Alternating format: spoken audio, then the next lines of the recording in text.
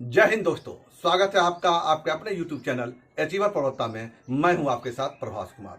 देखिए, यह video special group D exam को लेकर है, यानी उस एग्जाम में किस प्रकार के सवाल पूछे जा सकते हैं या पिछले एग्जाम में किस प्रकार के सवाल आए हैं, उसी पर मुख्य रूप से हम बात कर रहे हैं। ऐसा नहीं कि यह सवाल दूसरे एग्जाम में नहीं पूछे जा सकते हैं, दूसरे एग्जाम में भी पूछे जा सकते हैं, लेकिन मुख्य रूप से मेरा जो फोकस है वह ग्रुप डी एग्जाम को लेकर है। तो क्यों ऐसा हम बोल रहे हैं? जैसे देखिए, पहला सवाल आपकी स्क्रीन पर है और पहला सवाल देखिए, हम उस तरह के ही सवाल को करेंगे, आप स्टैंडर्ड को मत देखिएगा, क्योंकि आप ऐसा नहीं हो कि हम हाई पढ़ लिया और प्रश्न जो है उस तरह का आया नहीं। देखिए, सवाल पहला है कि 280 का 70% किसके समान है, और यह सवाल देखिए कि कई एग्जाम में लगातार पूछे जा चुके हैं। क्लियर है? तो सवाल जो है कि 280 का 70% किसके समान है, हम सवाल पर ही आ जाते हैं, फोकस करते हैं। तो 280 का मीन्स गुना 70% का होता है 70 बटा कितना 100, और जब हल करते हैं तो ये कैंसिल, ये शून्य कैंसिल, ये कैंसिल, तो आपका जो है 28 गुना 7 जो होगा वह, अब देखिए ऑप्शन भी आपका अलग तरह का दिया है। क्या? 490 का 40%, 28 का 7%, 140 का 35%, यानी हम विकल्प पर आकर बात करते हैं तो विकल्प जो है 28 का 7 बटा 100 का होगा नहीं, क्योंकि मेरा 28 गुना 7 हो रहा है। दूसरा विकल्प है 140 का 35 बटा 100, ये कैंसिल, और हमारा ये भी नहीं हो रहा है। क्लियर? चूंकि ऊपर में 35 गुना 14 ये नहीं हो रहा है। उसके बाद जो है हमारा है 490 गुना 40 बटा 100, इसको हम हल करते हैं, ये कैंसिल। तो यहां पर क्लियर है, देखिए 28 गुना 7, और ये 49 जो है 7 गुना 4 लिख सकते हैं, यानी 7 चौके 28 गुना कितना 7। हम पूरा गुना नहीं करेंगे, यानी हमारा सही उत्तर क्या होगा? Option C. तो इस तरह का सवाल जो है आपको घुमाकर दिया जा सकता है। चलिए दूसरे सवाल को देखें। सवाल है दूसरा, क्या कहता है कि दो उम्मीदवारों के बीच हुए चुनाव में एक उम्मीदवार कुल वैध मत का 55% वोट पाता है। कितना? वैध मत का 55%, और 20% क्या है? अवैध वोट है। मतलब 20% क्या हो गया है? किसी के पक्ष में नहीं गया है, गलत वोटिंग हो गया है। यदि वोटों की कुल संख्या 7500 हो तो दूसरे उम्मीदवार को वैध मतों का कितना प्रतिशत मिला? देखिए, सिर्फ समझने का चीज है। देखिए, यह सवाल आपको आरआरबी 2003 में पूछा जा चुका है, और इसी सवाल को 2014 में ग्रुप डी एग्जाम में पूछा जा चुका है। क्लियर? तो सवाल देखिए, आप बनाइएगा कैसे? हम देखिए दो प्रकार से बना सकते हैं, लेकिन हम जो है, चूंकि जो एग्जाम है इसमें थोड़ा सा समय तो हमको मिलेगा, तो हम समय लेते हुए हम थोड़ा सा ढंग से बनाते हैं। कैसे? जरा देखिए, ये यहां पर कुल वोट कितना है? 7500 है, हम लिखा 7500। अब देखिए 7500 का 20% क्या हो गया? अवैध हो गया है। इसका अर्थ है 80% उसका क्या है? वैध है। यानी 7500 का 80 बटा 100 का, अब जरा देखिए, जो उम्मीदवार जीता, पहला उम्मीदवार, उसको 55% मिला है वैध मतों का। इसका अर्थ हुआ कि दूसरे उम्मीदवार को, मतलब 55% का अर्थ है 100 में 55 मिला है, तो दूसरे को 100 में कितना मिला है? 45।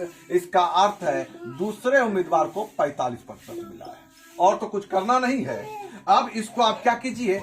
हल कीजिए। ये खत्म, 2 शून्य, ये आपका 2 शून्य खत्म, 20 चौके 20 पंचे और 5 नमा, तो आपका 75 गुना 4 गुना 9 जो होगा वह 2700 होगा। आप गुना कर लीजिए और आप क्या करेंगे? 2700 में टिक लगाएंगे और जवाब देंगे। क्लियर है?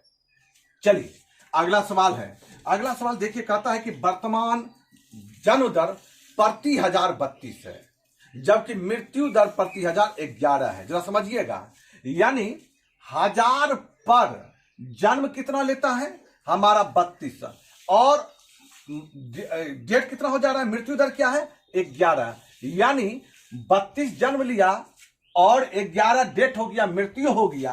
तो इसका अर्थ, इसको घटाएंगे एक ये 3 में 1 गया 2, यानी 1000 पर कितना बढ़ रहा है? 21 बढ़ रहा है। तो देखिए 1000 में 21 बढ़ रहा है, इसका अर्थ 21 बटा 1000। 1 में कितना? 21 बटा 1000।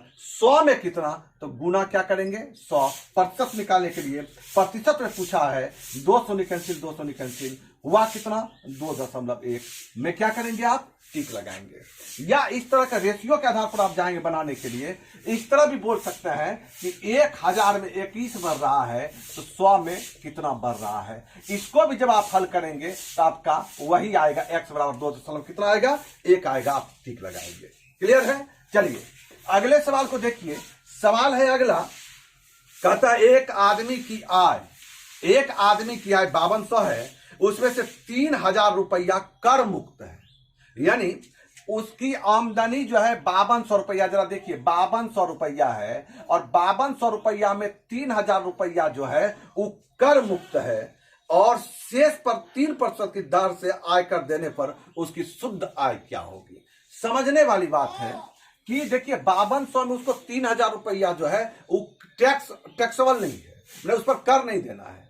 उसके बाद जो 2200 रुपया है ना, उस पर 3% जो टैक्स लगेगा, यानी 22 या 66 रुपया क्या लगेगा? टैक्स देना पड़ेगा। यानी हमको जो पेमेंट आएगा 66 रुपया काट के आएगा। इसका अर्थ 5200 में क्या घटेगा? 66 घटेगा, तो कितना बचेगा? 5134 बचेगा। यही 5134 क्या होगा? आपका सही उत्तर होगा, यानी उसके अकाउंट में इतना ही पैसा आएगा। तो ये सवाल भी जो है आपको एग्जाम में पूछे जा सकते हैं। क्लियर है? चलिए अगला सवाल है, कहता क्या है कि राकेश अपनी आय का 20% बचाता है। 2 वर्ष बाद उसकी आय 20% बढ़ जाने पर वह पहले जितनी ही रकम बचा पाता है उसका खर्च कितना % बढ़ गया। देखिए इस तरह का सवाल आए ना, तो आप इस तरह आसान तरीके से बनाएंगे तो बेहतर बनेगा। कैसे? आप लिखिए आय लिखा, आप लिखिए खर्च, और आप लिखिए क्या? बचत। क्योंकि आमदनी घटाओ खर्च बराबर क्या होता है? बचत होता है। आमदनी घटाओ खर्च बराबर बचत होता है। तो कहता है राकेश अपनी आय का 20% बचाता है, यानी राकेश की आमदनी 100 रुपया है, 20 रुपया बचाता है, इसका 80 रुपया वह क्या करता है? खर्च करता है। क्या करता है? 80 रुपया खर्च करता है। अब क्या करता है? जरा देखिए 2 वर्ष बाद उसकी आय 20% बढ़ गई, यानी उसकी आमदनी यदि 100 थी तो 120 रुपया हुआ। आमदनी यदि 100 था तो 120 हो गया, लेकिन वह पहले जितना ही रकम बचा पाता है, यानी वह अभी भी 20 रुपया बचा पाता है। कितना बचा पाता है? 20 रुपया ही बचा पाता है। इसका अर्थ वह खर्च कितना करता है? स्वाभाविक है 120 कमाता है, अब 20 बचाता है, तो 120 घटाओ 20 यानी 100 रुपया वह क्या कर देता है? खर्च कर देता है। क्लियर है? अब देखिए यदि वह 100 रुपया खर्च कर देता है तो पहले से बोलता है कि उसका खर्च कितना % बढ़ गया। इसका तो पहले खर्च क्या था? 80, अब हो गया 100, तो 80 के सापेक्ष कितना बढ़ा? ऐसे बनाइए 80 के सापेक्ष 20 बढ़ा तो 100 के सापेक्ष क्या बढ़ेगा? यह भी एक तरीका है, आसान तरीका हल करने का। या कई क्या करेंगे? 20/80 गुना 100 कर देंगे। एक ही के नियम पर बनाएंगे। 80 रुपया में 20 बढ़ा तो 1 में कितना? 20/80 न, 1 में कितना? 20/80, 100 में कितना? गुना 100। ये भी एक तरीका है, और ये रेशियो वाला तरीका है। 80 है तो 20 बढ़ा, 100 है तो कितना बढ़ेगा? तो 20 चौके और 4 कितना बार में? 25 बार में। x बराबर क्या हो गया? 25%। आप 25% में क्या करेंगे? टिक लगाएंगे और जवाब देंगे।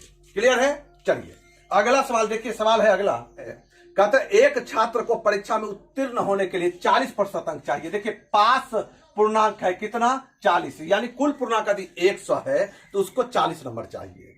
कहता है उसने 133 लाए और 67 से फेल हो गया। जरा समझिए, मैं कहूंगा आपने 28 लाया और 2 नंबर से फेल कर गए। इसका अर्थ है आपका पास मार्क्स क्या था? 30 था, क्योंकि 2 की कमी रह गई तब आप 2 नंबर से फेल हो रहे हैं, 28 ला रहे हैं। तो उसी तरह यहां पर 133 लाया और 67 अंक से फेल हो गया। इसका अर्थ इसमें 67 जोड़ेंगे, अर्थात 5 पूर्णांक क्या है? 200 है। 5 पूर्णांक क्या है? 200। तो हमको एक चीज बताइए, एक जगह कहते हो 40% में पास है और एक जगह कहते हो 200 में पास है, तो 2 तरीके से हम बना सकते हैं। कैसे? हम कहेंगे कुल पूर्णांक x कुल पूर्णांक कितना x, और वह विद्यार्थी x का यदि 40% लाता, तो ये x का 40% क्या है, पास मार्क्स। और तुम बोलते हो 200 पास मार्क्स है, इसका अर्थ इसका बराबर किसके बराबर है, 200 के। आप हल करेंगे तो हल करेंगे 40 पचे 125 कितना हो जाएगा, 500 आपका उत्तर होगा। दूसरा तरीका क्या होगा, दूसरा तरीका आप ये कहेंगे क्या कि 40% बराबर कितना, 40% बराबर 200 यहां प्रतिशत भी लगा देंगे तो 100% बराबर कितना, प्रतिशत कैंसिल आउट हो गया, यानी आप हल करेंगे बात वही होगा, 40 पंचे 125 कितना 500, आप 500 में टिक लगाएंगे। क्लियर है। चलिए अगला सवाल है। सवाल देखिए कहता है कि एक पिंड 10 मीटर की ऊंचाई से गिरकर कठोर तल से उछलता है, इसके बाद उसकी ऊर्जा में 20% की कमी आ जाती है। अब वह कितना उछलेगा। देखिए 20% का कमी आ गया, अर्थात 80% उछलेगा। कितना उछलेगा, 80%, यानी 10 मीटर की ऊंचाई से गिरेगा। अब जो है पहला जो है 10 मीटर की ऊंचाई से गिरकर उछलता है, उसके बाद 20% कमी हो जाती है, तो वह कितना उछलेगा, आप उसका 80% उछलेगा, यानी 10 का 80%, 100 नहीं यहां कैंसिल, 100 नहीं यहां कैंसिल, यानी 8 बचेगा। आप 8 मीटर में क्या करेंगे, टिक लगाएंगे। क्लियर है। चलिए अगले सवाल को देखिए। मैं फिर बार बार रिपीट कर रहा हूं, आपको एक प्रैक्टिस में करा रहा हूं, इस तरह के सवाल को प्रैक्टिस करा रहा हूं कि जो कि प्रतियोगी परीक्षा में, किस प्रतियोगी परीक्षा में, ग्रुप डी के एग्जाम में पूछे जाएंगे। इसी लेवल के सवाल आएंगे, आप इसी लेवल को रिवीजन कीजिए। क्लियर है। आदि एक आध आप में आ भी जाए तो आप उसके लिए टेंशन मत लीजिए। देखिए अब देखिए अगला सवाल जो है, देखिए कितना एग्जाम में पूछा जा चुका है, रिपीट भी हुआ है बार बार। वही जो है 2002 एएसएम में भी पूछा गया, 2013 के ग्रुप डी में भी पूछा गया कंटिन्यू, और उसके बाद जो है फिर जो है 2002 2001 कई एग्जाम में पूछे गए हैं। क्या सवाल है देखिए, कहता है एक परीक्षा में कुल 65% विद्यार्थी उत्तीर्ण हुए, यानी पास कितना हुआ 65%, इसका तो फेल कितना हुआ 35%। नहीं, आपका तो 65% पास हुआ, तो फेल कितना हुआ 35%। का है 35 कहां से आया, 100 में 65 घटाए, प्रतिशत का अर्थ होता है प्रति सैकड़ा, प्रति सैकड़ा, यानी 100 में तुम कहते हो कि 65 को पास हुआ है, इसका अर्थ फेल कितना हो गया, 100 घटाओ 65, यानी 35 को फेल हुआ है।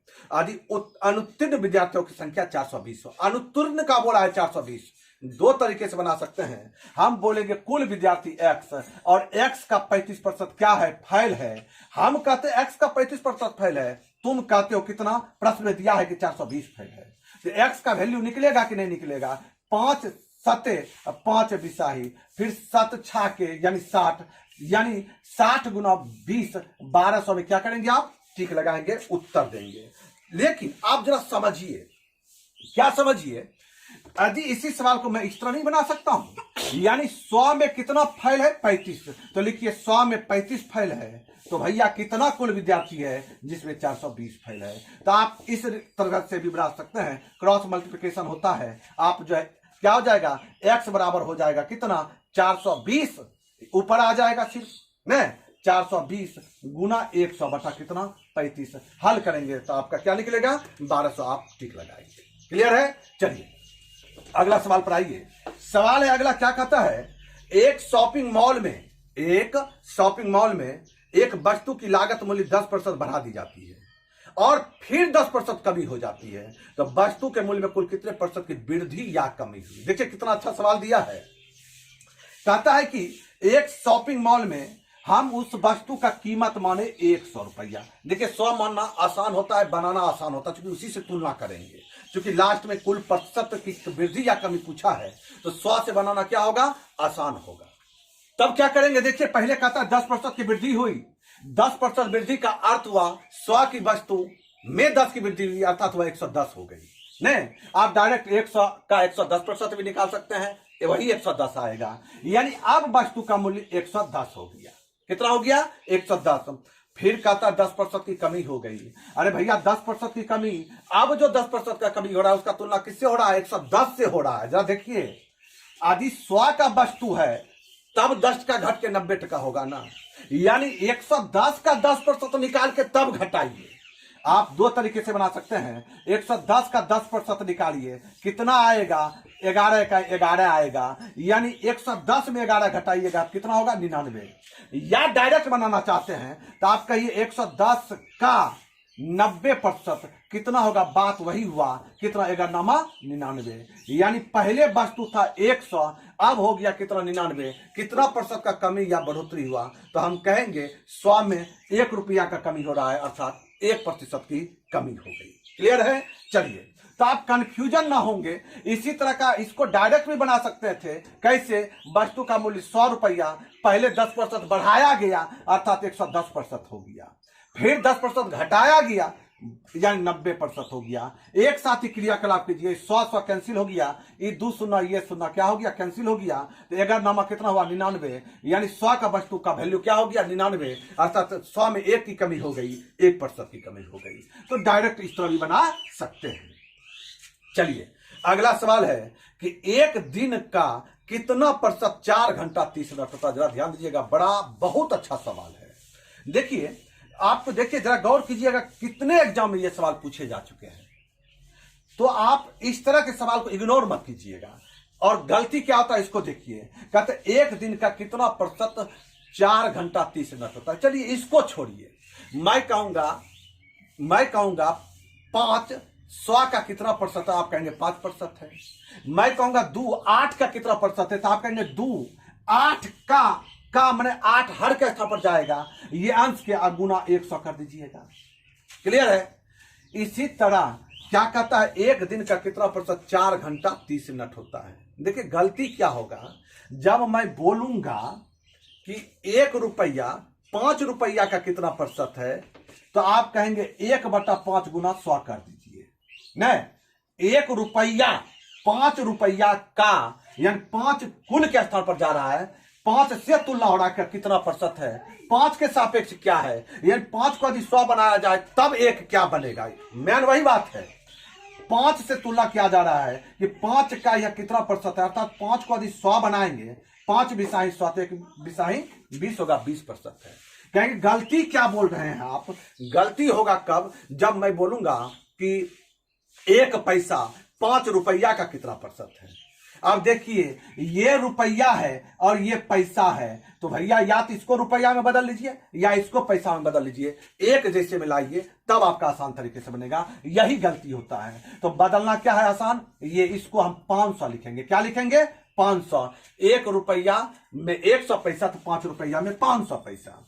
अब ये खत्म, यानी हमारा हुआ 1/5%। क्या करेंगे? टिक लगाएंगे। तो वही कहां निकल रहा था, 20% कहां आ गया, क्या 1/5%। तो आप क्या कह रहा है, कहते एक दिन का कितना % 4 घंटा 30 मिनट है। एक दिन, जरा देखिए, एक दिन का कितना % 4 घंटा 30 मिनट है, 4 घंटा 30 मिनट, और एक दिन नीचे में आ जाएगा क्योंकि दिन से तुलना किया गया है, और गुना क्या करेंगे 100। कहेंगे अब गलती कैसे नहीं होगा, तो देखिए, या तो इस पूरे को मिनट में बदलिए, या इसको जो आसान बुझावे इसको घंटा में बदलिए, इसको भी घंटा में बदलिए। 4 घंटा 30 मिनट का अर्थ होता है 4.5 घंटा, यानी 9/2 घंटा। इसको लिख देते हैं 9/2 घंटा। और एक दिन में होता है 24 घंटा। आप 12 घंटा पर मत बना लीजिएगा, 24 घंटा। अब ये 2 कहां आ जाएगा, नीचे आ जाएगा। अब आप क्या करेंगे, हल करेंगे। हल जब करेंगे तो आपका 3 तिया 9 और 3 8 कितना 24, 3 तिया 9, 3 8 24, और ये 2 कितना बार में 50 बार में, और फिर 2 चौके और 2 कितना बार में 25 बार में, तो 25 तिया 75 बटा कितना हुआ 4, यानी निकलेगा 18 चौके 72, हाँ 18.3/4% में क्या करेंगे, टिक लगाएंगे। यही उत्तर होगा। तो बहुत ही स्पेशल सवाल है, इसको आप ध्यान में रखिएगा। ठीक है, चलिए अगला सवाल देखिए।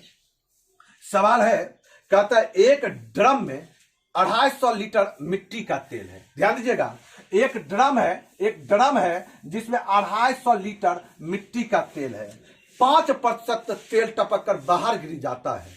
अब ड्रम में कितने % बचा है। कलम भी मत चलाइएगा, कलम भी मत चलाइएगा। ये 250 आपको फंसाने के लिए दे दिया। अरे भैया 5% टपका, 5% टपक के गिर गया, यानी यदि 100 लीटर था तो 5 गिर गया तो कितना बचा? 95, यानी 95% बचा। आप यदि सवाल ये पूछता ना कि कितना लीटर बचा, तब हम कहते 250 का 95% निकाल के जवाब देते।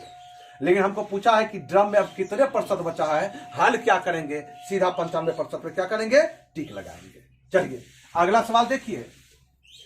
सवाल है कि संयोग को जब जैव खर्च हेतु कुछ राशि मिलती है, मतलब संयोग को जैव खर्च हेतु कुछ राशि मिलती है और उसका वह 20% जो है पुस्तक पर क्रय कर लेता है, यानी पुस्तक पर लिखते जाए 20% खर्च कर लेता है।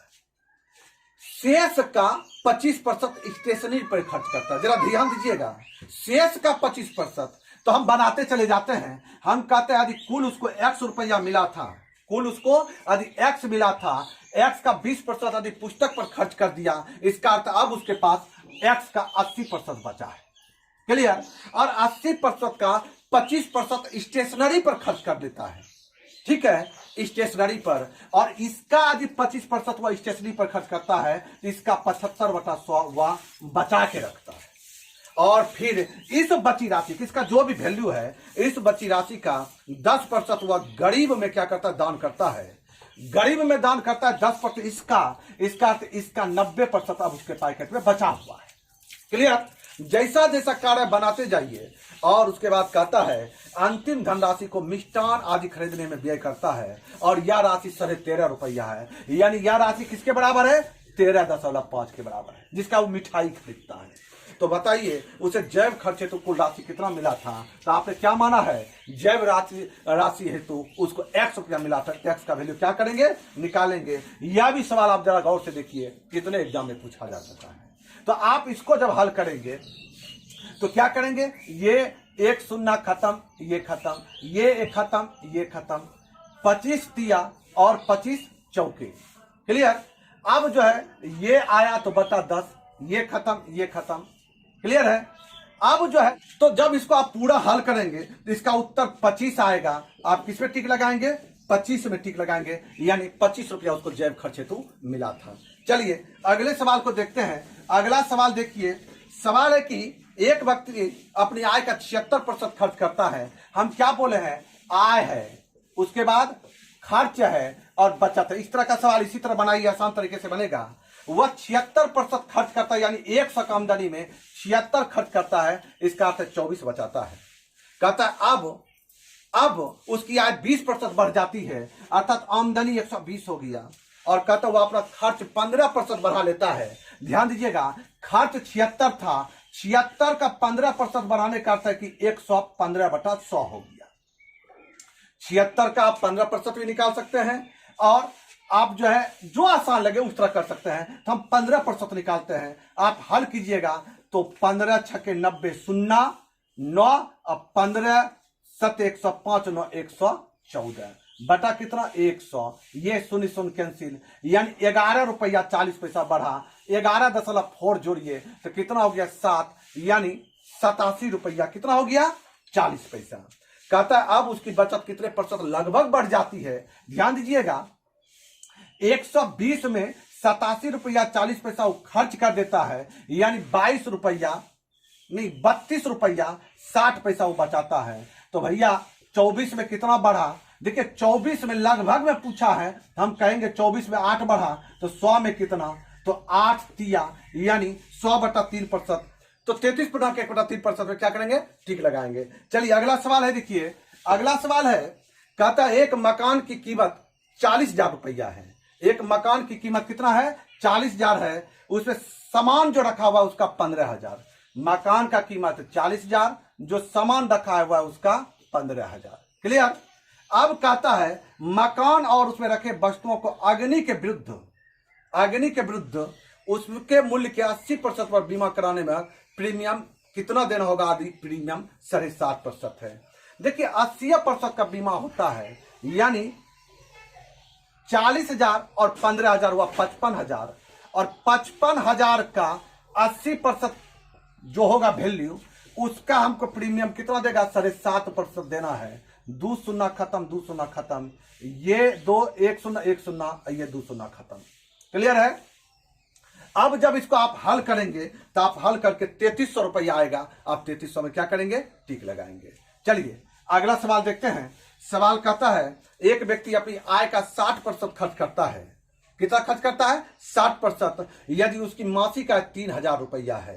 देखिए यदि आमदनी 3000 है, 60% खर्च करता है, इसका अर्थ 40% बचाता है। किसका 40%, 3000 का। और यही आपको पूछा जा रहा है। तो आप 2 शून्य 1 शून्य, यहां से 1 शून्य खत्म, यानी 4 या 1200 में क्या करेंगे, टिक लगाएंगे और आप जवाब देंगे। आप जैसा जानते हैं कि आपको यह वीडियो पर डे सुबह में 10 बजे और शाम में 5 बजे मिल जाता है। क्लियर है। तो आप जो है इसके साथ बने रहिए और जो इसका लाभ उठाइए। आपका इस वीडियो में बने रहने के लिए बहुत बहुत धन्यवाद।